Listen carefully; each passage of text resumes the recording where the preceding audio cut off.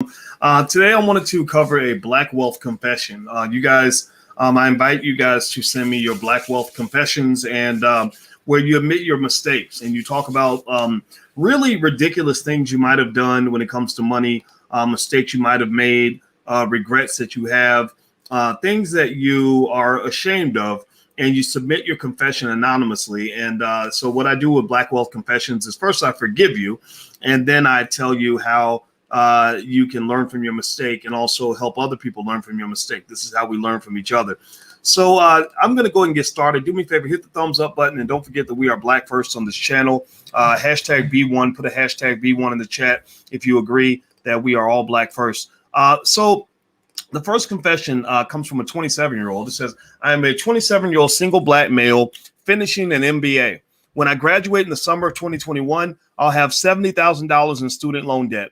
I currently work in the auto insurance industry, bringing in about $55K a year, where my degree isn't even a job requirement. I feel as if I only went to college because I was told to do so. Also, simply for my ego, that was another reason you went to college. I will now be $70K in student loan debt with just the ability to say, look at me. I have a master's. I'm not too happy with this path that I have taken. So this brother apparently looks like he took a route that a lot of us take. A lot of us went to college. How many of you have a college degree? How many college graduates do we have in the room? Raise your hand. Put a yes in the chat if you graduated from college. Put a yes in the chat if you went to college.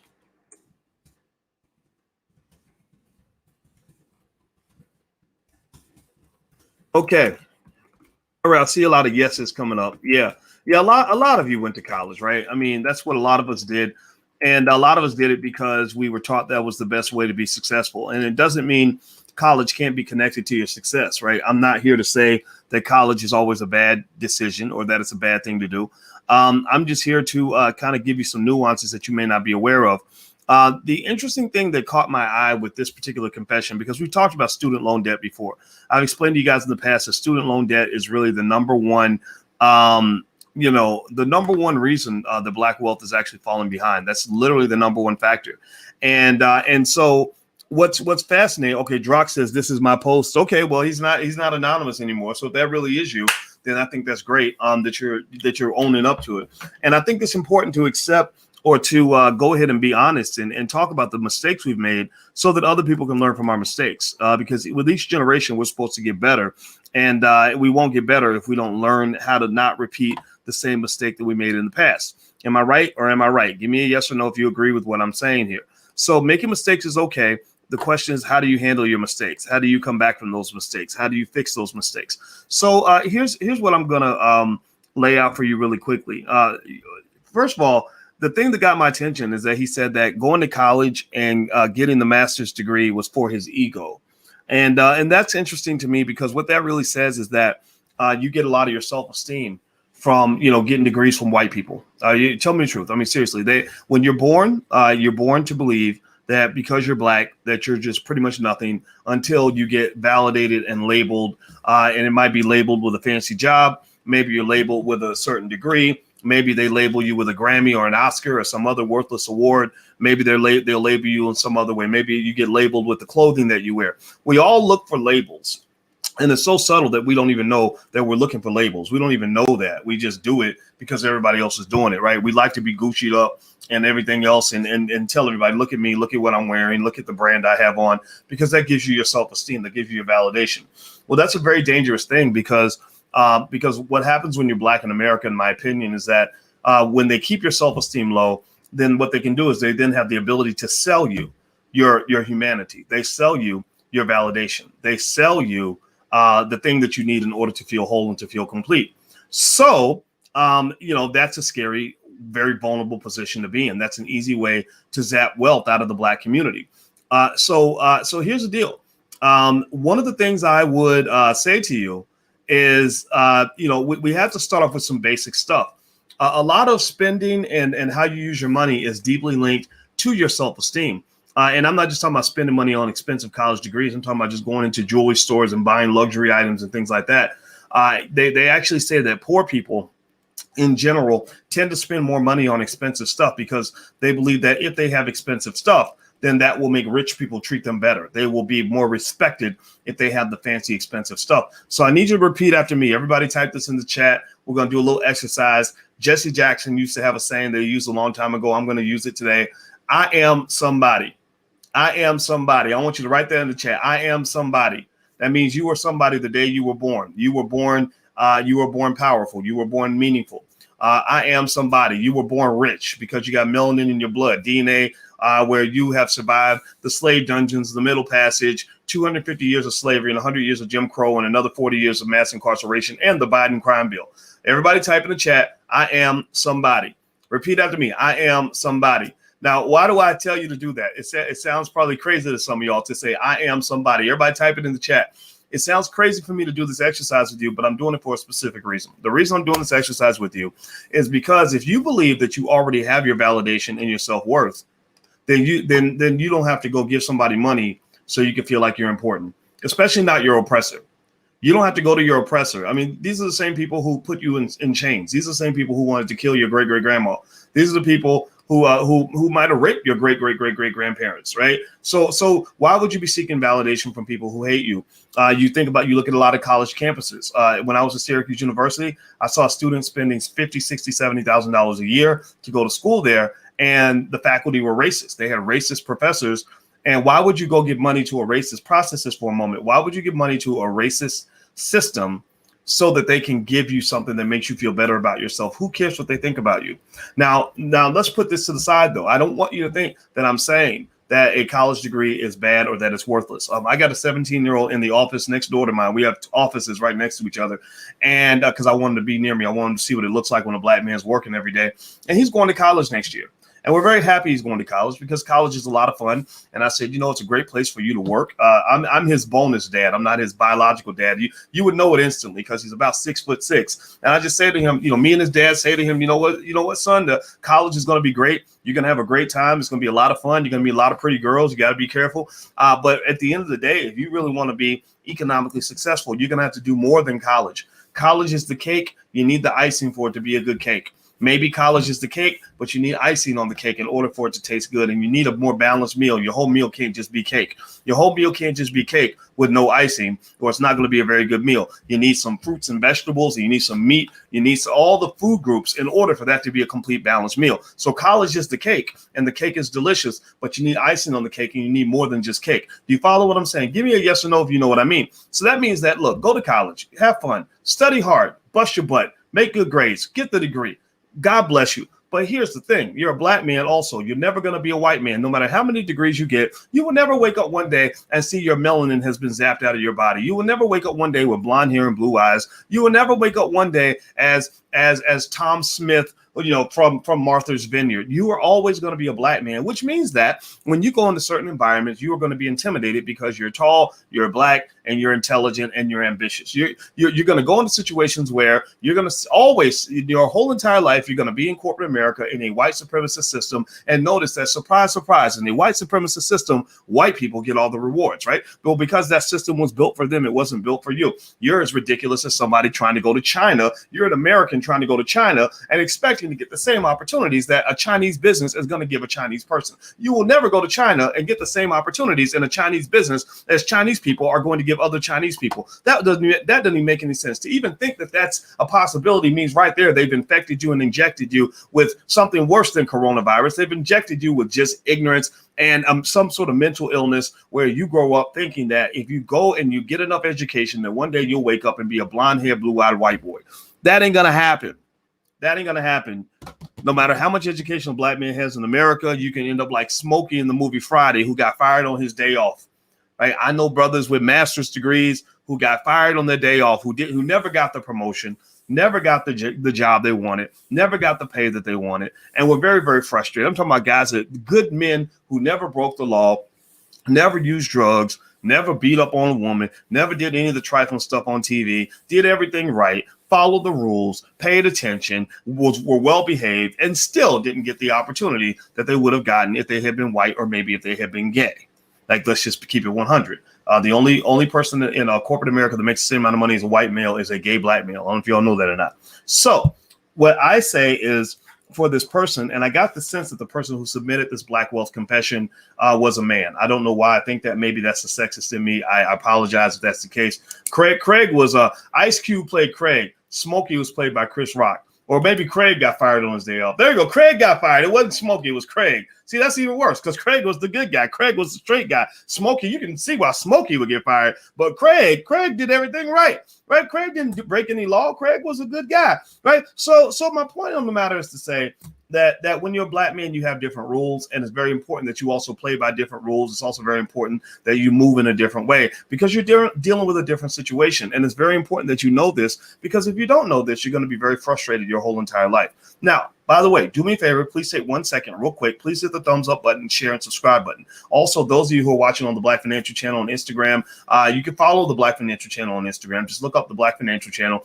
And if you want to submit a Black Wealth confession, the URL is right there on the screen. It's blackwealthconfessions.com, blackwealthconfessions.com. So feel free to submit your confession, submit it anonymously. Tell me about something stupid that you either have done with money or something stupid that you're doing with money, and I'll address as many confessions as I possibly can. I can't address them all, but I will address as many as I can.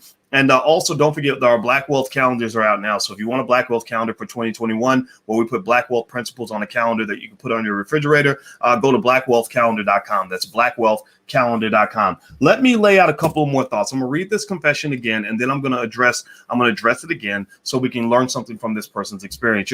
First of all, you're 27 years old. Oh, that's why I knew it was a Black male, because he says, I'm a 27-year-old single Black male. Pay attention, boys. Pay attention. Okay. Hello. I'm a 27-year-old single Black male finishing an MBA. First of all, congratulations. That's really awesome. 27 years old.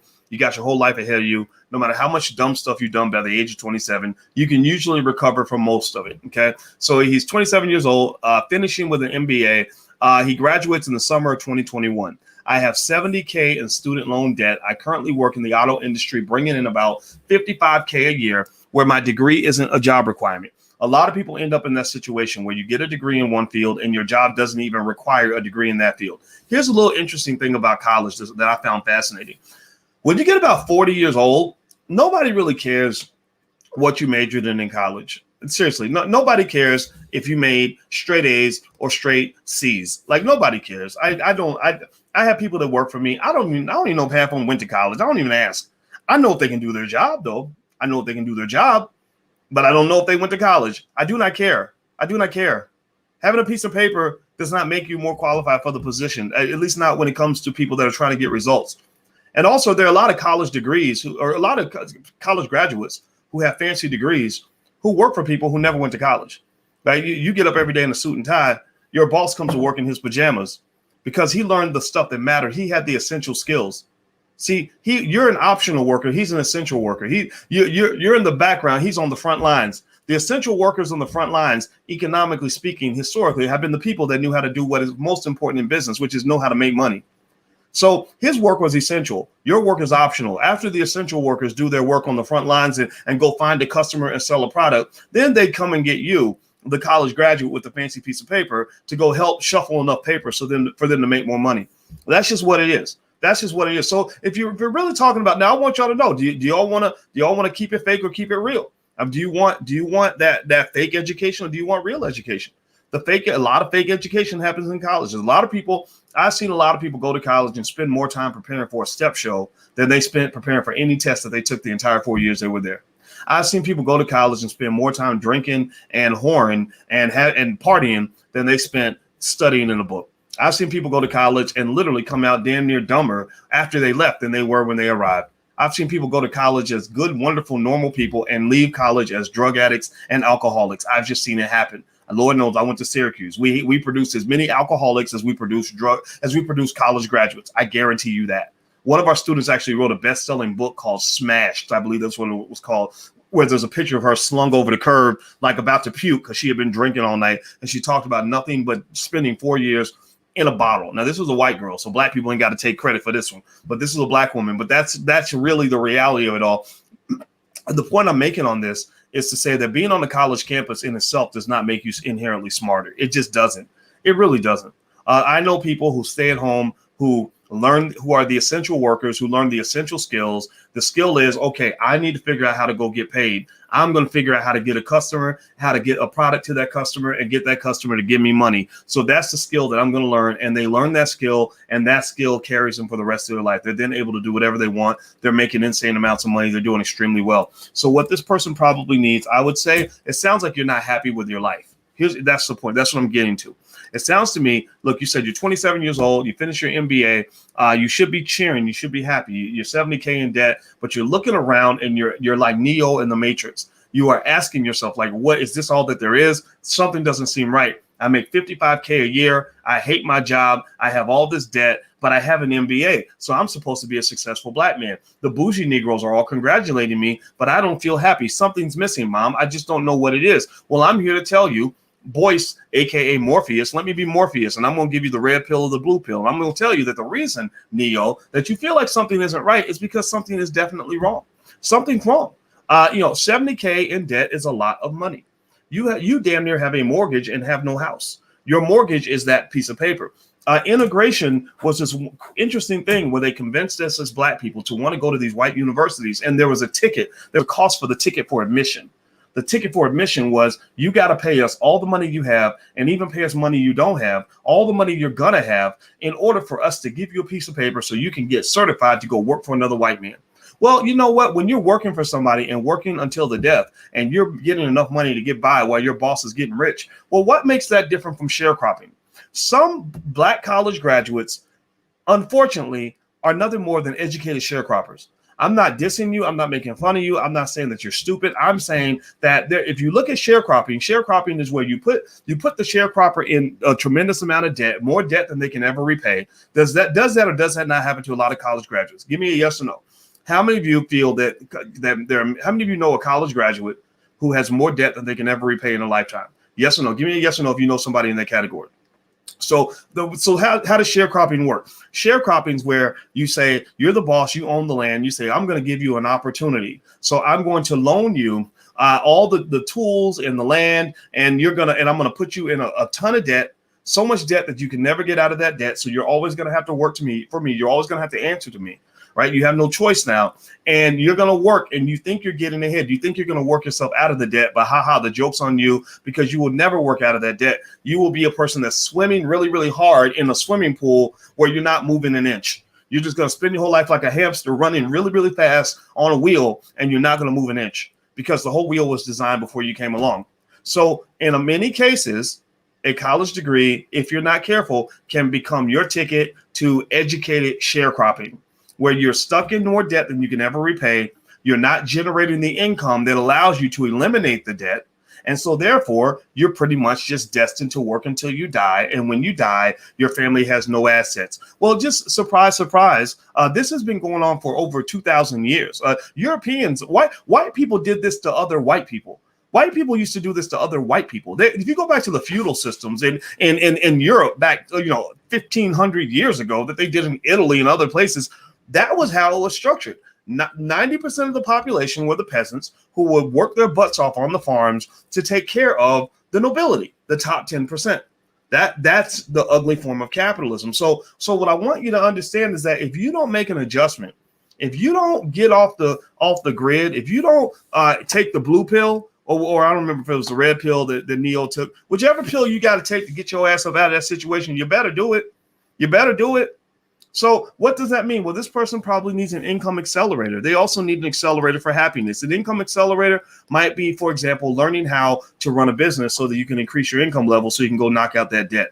A lot, they're not giving people a hard time for not paying their student loan debts. Nobody's really paying it, right? So some people just put it to the side. They defer it. They say, okay, you know what? I'll take a hit on my credit. I'm just going to go out here and hustle and go make some more money, and then I'll come back and deal with the debt later.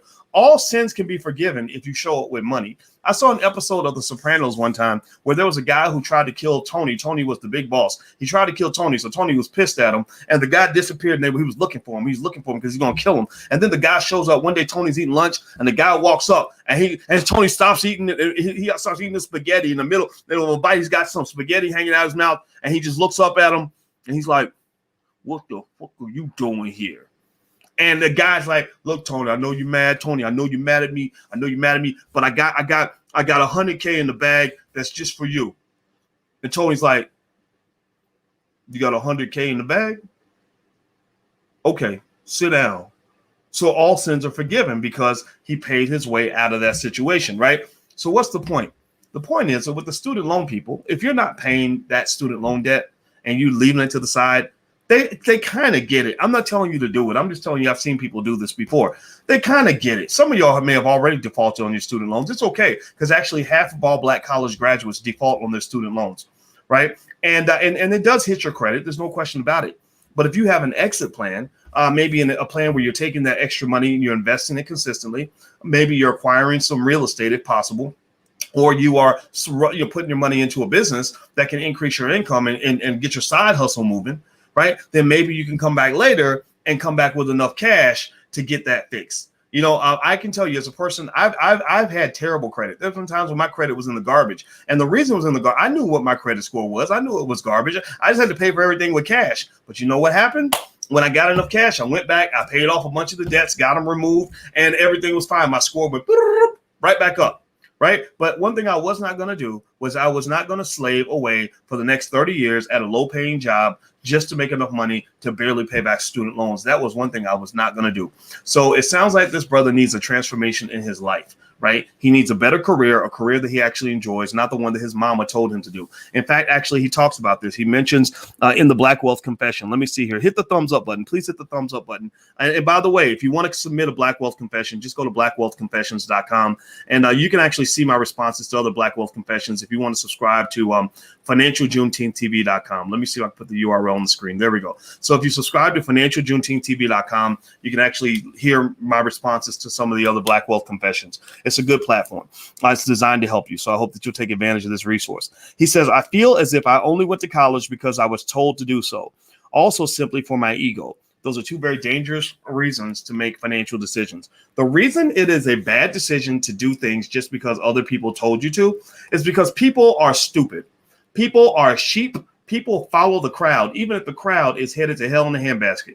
People will tell you what to do just because everybody else is doing it. I don't know if this is just unique to Black people or not, but my God, I swear to God, there are times where I literally feel like I was born on the wrong planet because everybody will be going that way. And I'll be like, I would go that way, but I'm not stupid enough to do what the rest of y'all are doing, because the rest of y'all Negroes going to end up complaining and sad and upset because of how hard it is to be Black, because you're literally walking yourself right into a death trap. I'm just telling you, brainwashing is very real. Brainwashing is super real. It happens every day in media, every day, all the time. And the thing about it that's really interesting is that white supremacy was not designed for your empowerment. And these systems that brainwash you, if you follow the systems and just do what everybody else tells you to do, you literally will be doing things that on their surface are incredibly stupid, but you're doing it because everybody else is doing it. So you'll think it's okay because everybody else is doing it. When I wrote my dissertation, I had a dissertation committee member by the name of David Hirschleifer, very smart white man. David Hirschleifer was an expert on things he called herding effects, herding. And he talked about, and he gave financial theory on why people tend to follow the herd, not just dumb people, but smart people too, not just poor people, but rich people too, not just Black people, but white people too. And then the problem is that when your culture has been designed deliberately to be dysfunctional and backward, I can point to 1,000 examples in Powernomics where Black people were trained to be dysfunctional and backward. So when your culture is dysfunctional and backward, economically dysfunctional and backward when it comes to health and what you put in your body, dysfunctional and backward when it comes to politics and the idea that it's radical to simply ask for something for your vote, that following the crowd is a very dangerous thing to do. And I'm just going to tell you this, when it comes to really figuring out this thing called wealth and financial security, the last thing you want to do is follow behind a bunch of broke ass people. The last thing you want to do is take too much advice from people who have ruined their economic lives and messed up their financial situation. The last thing you want to do is take career advice from somebody who has been stuck 20 years on a job that they hate, who's living paycheck to paycheck, who's got more debt than they can ever take down for their entire life. That is the worst person to take advice from. So it doesn't mean you don't listen, doesn't mean that people can't offer wisdom to you in a multitude of ways. But there are lots of things, if you pay attention, there are lots of things that Black people tell each other to do that just don't really make no sense. Like, and I can actually point, I hesitantly point to the election as an example, where people are like, well, you have to vote. Why? Well, because you're supposed to. Why? What am I getting for it? Nothing. Why? Well, because you're supposed to do it. Why? Because your ancestors died for you to do it. Did you talk to my ancestors? Is that what they wrote in their will when they died? They like, why? Well, because because if you don't vote, you don't count. Well, why? Well, because somebody said that to me, right? It just doesn't make sense. Now, if you say the reason you should vote is because if you vote, they're going to pass a reparations package, which is going to put another $10 trillion in the black community, then it's like, oh, okay, that makes sense. I get it. Or if you talk about college, if someone says you should go to college, you just ask why. What is college going to do for me? And it doesn't mean that there's no answer. It doesn't mean college does nothing for you. Let's make that clear. I want to make that clear, because when you present solutions or you say something different, people love to misconstrue the message. They love to reshape it into something that it wasn't. So they'll come back and they'll say, Dr. Boyce, you're telling black people not to go to college. I never said don't go to college. What kind of hypocrite would that make me? All my kids in this house are going to college. All of them. We got one going. They got accepted to 2 colleges this week.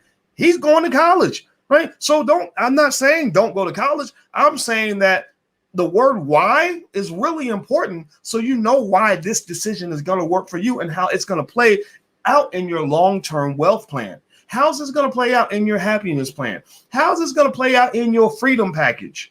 Freedom and happiness are kind of connected. Actually, the key for depression, the greatest way to be depressed for the rest of your life is to put yourself in the trap.